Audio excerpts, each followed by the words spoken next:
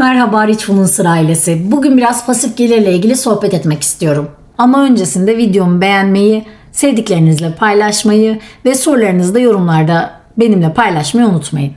Daha önceki videolarımdan hatırlarsınız, en önemli şey hayatta tam zamanlı işinize muhtaç olmamak. Çünkü hayat gün be gün hepimize yeni hikayelerle gelebiliyor. Eğer çalıştığımız yere bağımlıysak bu bizi gerçekten hayatta büyük zorluklarla karşı karşıya getiriyor. En önemli zorluklardan biri özgüvenimizi kaybetmek. Çünkü işi kaybetmek ve hayatımızdaki her şeyi kaybetmek aynı dengeye geldiğinde otomatik olarak iş olduğundan daha önemli bir hal almaya başlıyor. Oysa gerçek bir hayatta, yani doğru yaşanan bir hayatta aslında çalışmak, yani bir işe gitmek hayatın önüne geçecek bir şey değil.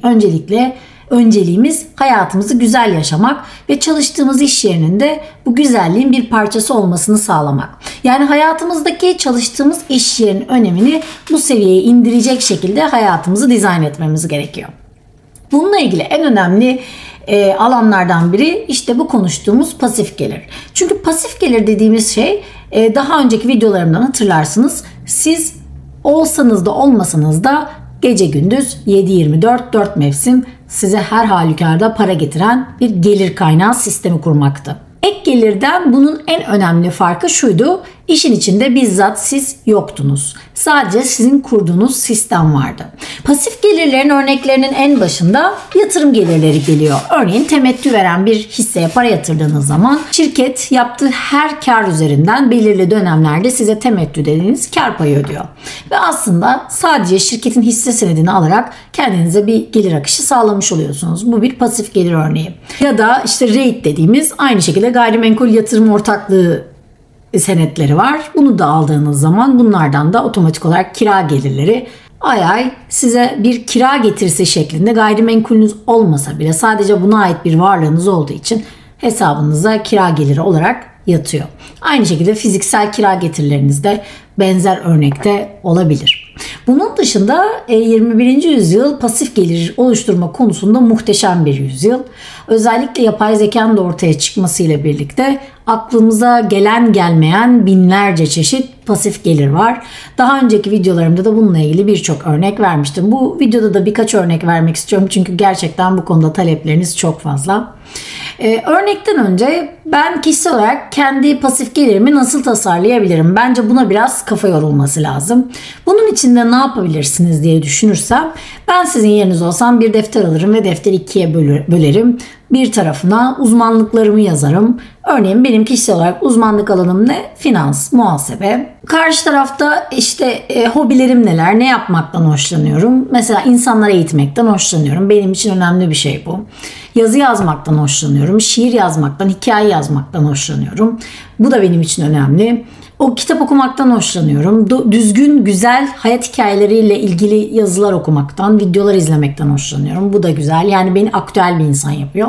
Ben aslında kendi işimi tasarlarken size anlattığım bu yöntemi kullandım. İkiye böldüm. Ne yapabilirim diye düşündüm. Kendimi finans alanında teorik bilgiden bir tarafa sıyırdım. Aktüel anlamındaki gündelik yaşantının da bir tarafından sıyırarak ikisinden bir kompozisyon yarattım ve kendime bu gelir sistemini kurdum. Şu an tabii benim yaptığım, ben bizzat bunun işin içine girdiğim sürece bu benim için ne oluyor? Ek gelir oluyor.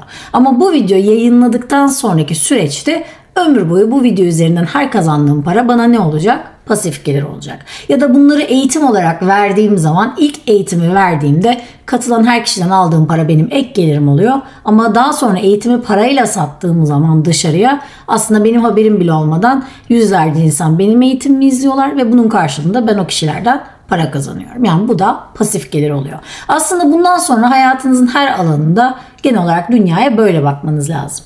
Ben ne yapabilirim de kendime pasif gelir sistemleri oluşturabilirim. Şunu unutmayın, dünyada sizin sahip olduğunuz bilgiye, yeteneklere, görüşe ihtiyacı olan insanlar var. Dünyada 8-8,5 milyar insan var ve bu insanların her birinin kendine has özellikleri var, kendine has ihtiyaçları var. Yani mutlaka sizin tedarik edeceğiniz hizmete evet diyecek, o hizmete para vermeye gönüllü insanlar bulursunuz. Bu konuda çok önemli bir sorun olduğunu düşünmüyorum. Özellikle yapay zeka ile birlikte hem içerik konusunda zenginleşebilirsiniz hem de yabancı dil bariyerlerini de yapay zeka ile birlikte çok kolay bir şekilde aşabilirsiniz. O yüzden de ülkemizde ben şuna katılmıyorum. Asgari ücrete hiçbiriniz muhtaç değilsiniz. Özellikle bu kendi işini kurma, yani pasif gelir sistemlerini kurma konusunda ne kadar çok çalışırsınız aslında kendi üzerinizde çalışmış oluyorsunuz. Kendi üzerinizde çalıştıkça da otomatik olarak piyasa değeriniz zaten ve ister istemez zaten artıyor.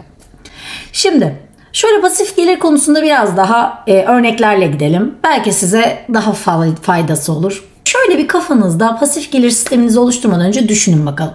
Size pasif gelir neden lazım? Yani diyelim ayda 20 bin, 30 bin lira bir para alıyorsunuz. Bu pasif gelir geldiğinde 1000 lira, 2000 lira size ne sağlayacak?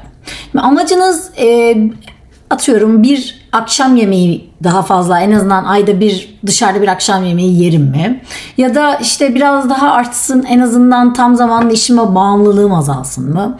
Ya da işte acaba kendi işimi yapabilir miyim? Küçük küçük bir başlayayım mı? Ya da daha fazla işte daha az çalışmış olayım, daha fazla tatil yaparım en azından gibi bir, yani fazla mesaide kalmam böyle bir sistemim olursa mı?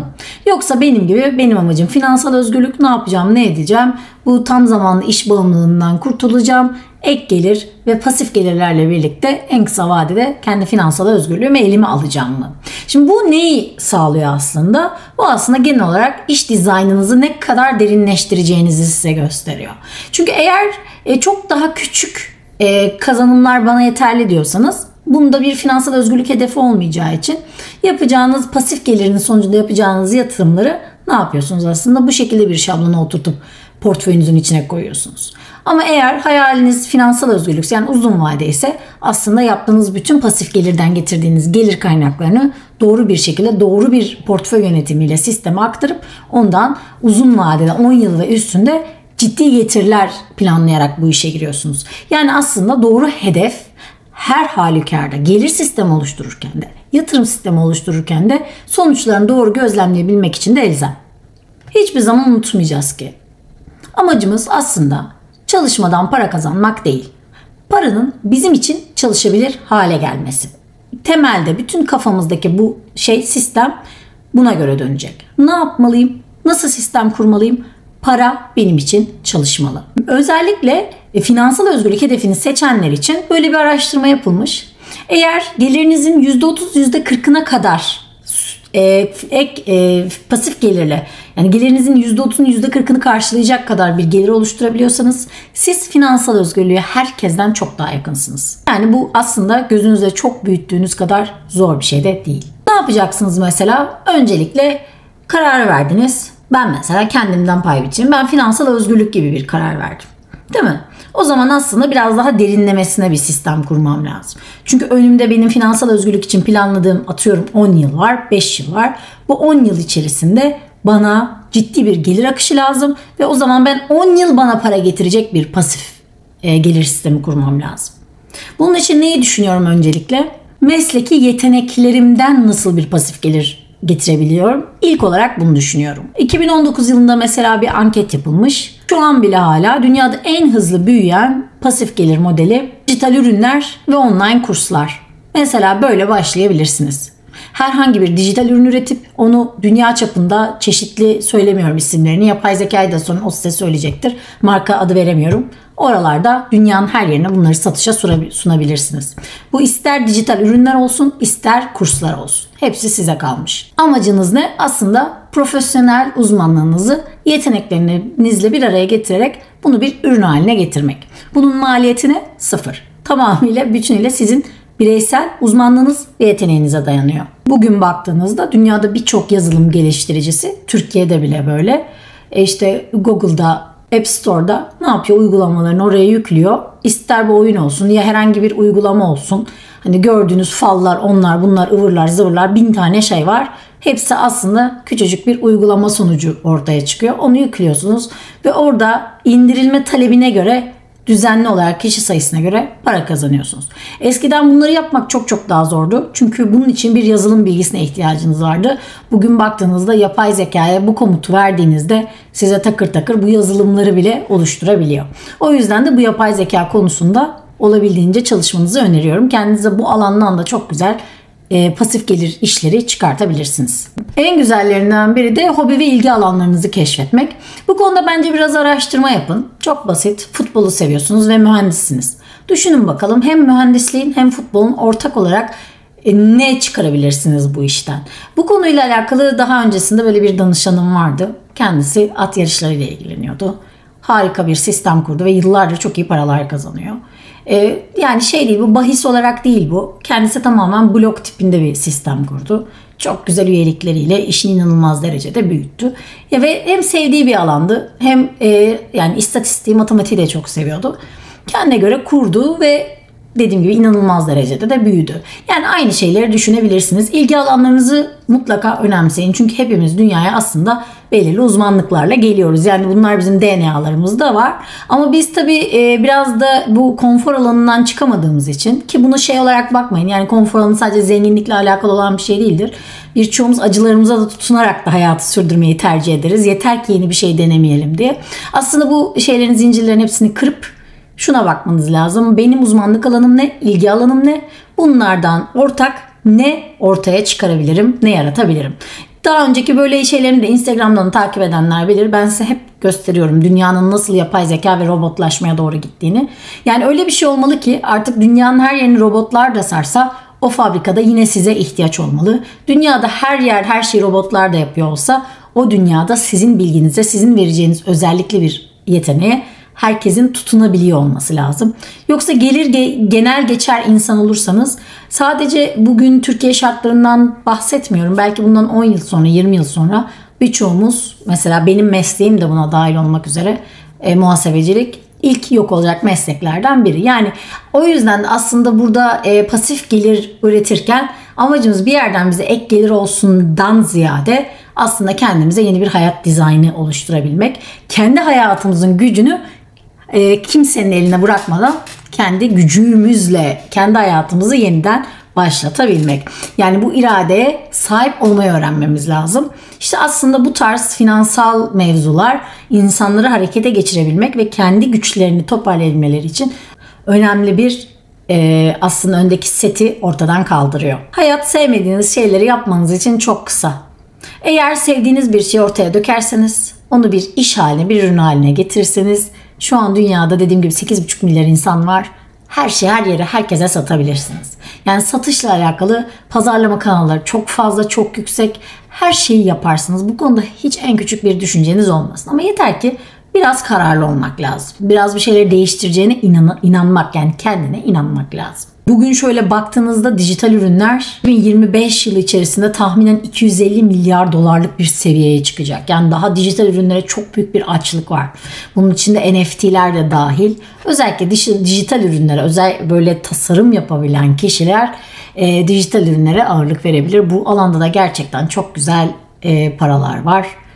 Aynı zamanda yazı yazmayı seven, şiir yazmayı seven, işte bunu atıyorum tekstille yan yana getirebilir. Şapka üretebilir. Ya da bunlarla oluşturulan işte bir motivasyon sistemi geliştirebilir. Yani insanları daha motive edecek bir, kendi içerisinde dijital bir sistem geliştirebilir. Bir müzik aleti çalıyorsa onu öğretebilir. Ya da bir müzik aleti nasıl yapılır onu öğretebilir.